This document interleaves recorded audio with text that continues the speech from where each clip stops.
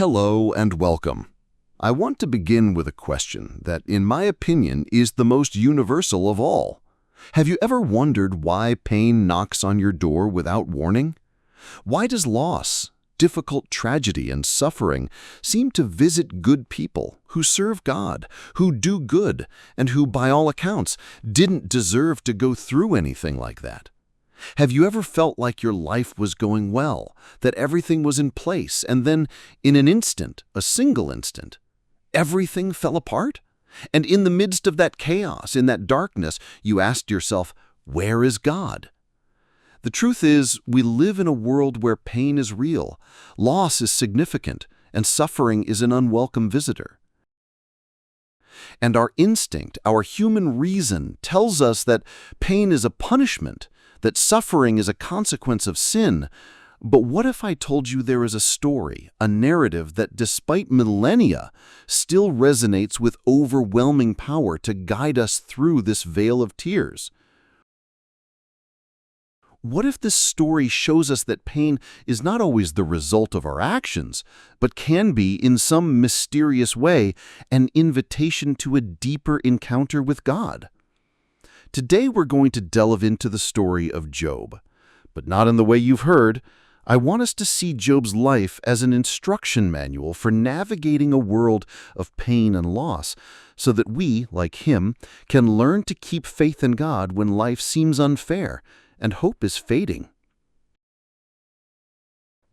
Job's story doesn't begin with him as the man of sorrows. It begins with him as a man of great prosperity and deep piety. The Bible tells us that Job was a blameless, upright man who feared God and shunned evil. He was the richest of all the men of the East. He had a large family, 7 sons and 3 daughters. He had unimaginable wealth, 7,000 sheep, 3,000 camels, 500 yoke of oxen, and 500 donkeys. He was an honorable, respected man, and his life was, by all accounts, an example of victory. And more than that, Job had unshakable faith. The Bible tells us that he ritually offered sacrifices for his children because he feared they had sinned in their hearts. He was a man who loved God and his family. But in a place we cannot see, a heavenly conversation was taking place. And the story of Job at its core is not about what happened on earth, but about what happened in heaven. The Bible tells us that one day the angels came to present themselves before God, and Satan came with them. And God, in his sovereignty, said to Satan, "Have you considered my servant Job? For there is no one on earth like him, a blameless and upright man, one who fears God and shuns evil." And Satan, in his arrogance, responded with one of the cruelest phrases in the entire Bible. "Does Job fear God for nothing? Have you not surrounded him and his household and all that he has with good things? You have blessed the work of his hands, and his possessions have increased in the land. But stretch out your hand and touch all that he has, and he will curse you to his face." And here is the essence of the story. Job's faith would be tested. God allowed Satan to touch everything he had on one condition, that he not touch his life. And what followed was a day that would become one of the most tragic and darkest in human history. Messenger after messenger, the news arrived. The Sabeans attacked and took your oxen and donkeys and killed your servants. Fire from God fell from heaven and burned up your sheep and your servants. The Chaldeans took your camels and killed your servants.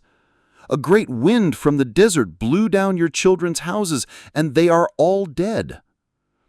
In a single day, he lost everything: his wealth, his possessions, his servants, and most experienced of all, his 10 sons. Everything he had, the foundation of his life, was taken away in an instant. And Job's response to this news is one of the greatest testimonies of faith in the entire Bible.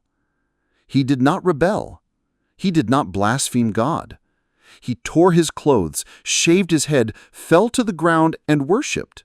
And he spoke the words that echo through the centuries. Naked I came from my mother's womb, and naked I shall return there.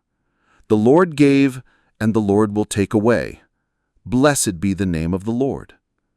And the Bible tells us, in all this Job did not sin, nor charge God with any fault. But Job's story doesn't end there.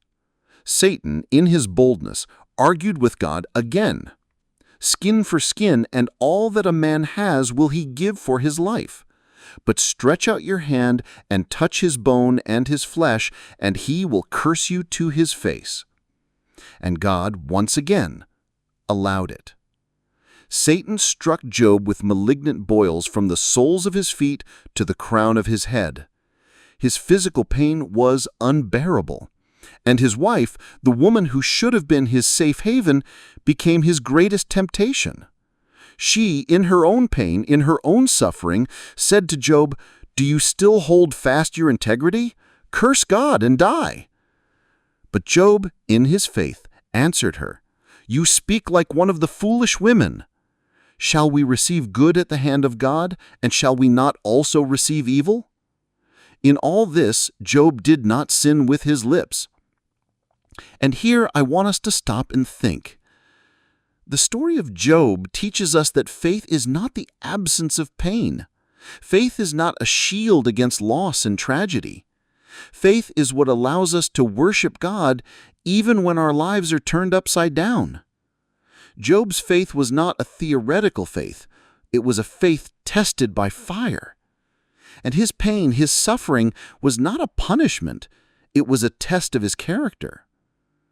And in the midst of his pain, 3 of Job's friends, Eliphaz, Bildad, and Zophar, came to comfort him. And for 7 days and 7 nights they sat with him in silence, without saying a word. And herein lies a powerful lesson about suffering. Sometimes the best thing we can do for someone who is suffering is simply to be present. But their silence, unfortunately, did not last. They managed to speak. And their conversation, which lasted for chapters and chapters, boils down to a single idea. Job, you must have sinned. Pain is the result of sin. They were trying to make Job's suffering fit into a formula, into human logic. And Job, in turn, defended himself. He defended his innocence. He cried out to God, questioned God, but never, at any point, blasphemed God. He was a man who looked to God for answers, and his cry to God, his outburst, was not a sign of lack of faith, but the expression of a faith deep enough to feel comfortable being honest with God. And at the end of the story, after all the dialogue, God finally answers Job. But he doesn't give Job the answer he wanted. He doesn't explain why. Instead, he speaks to Job from within a whirlwind. He confronts him with his majesty, his power, his wisdom over all creation. He asks Job, "Where were you when I laid the foundations of the earth? Do you have an arm like God's? Can you do what I do?" A message from God isn't about the why. It's about who. It's about God's sovereignty. And Job, seeing God's power, hearing his voice, humbles himself. He says, "I know that you can do all things, and that no purpose of yours can be thwarted. I have spoken of things I did not understand, of things too wonderful for me, and I did not know them. Therefore I abhor myself and repent in dust and ashes." Job's greatest victory was not the restoration of his possessions, but the knowledge of God. And in the end, God rebukes Job's friends for speaking incorrectly about him, and he restores everything Job had and gives him double. He gave him new sons, new daughters, and he lived another 140 years. Job's story is not a promise that God will give us double everything we lost, but it is a promise that, in the end, his justice and faithfulness prevail. It is a promise that suffering, however terrible, does not have the last word. If Job's story resonated with you today, and if you're struggling with pain and loss, I urge you to take action. Leave a comment below. Share your pain, your loss, and how your faith in God has helped you persevere. Your story could be the inspiration someone needs to not give up. And if you want more stories like this that guide your faith and give you courage, don't forget to subscribe to the channel and hit the bell. In our next video, we'll explore the grace of Ruth, where loyalty meets purpose. Thank you for being here with me. May a journey like Job inspire you to keep the faith even in the midst of pain and loss. Until next time.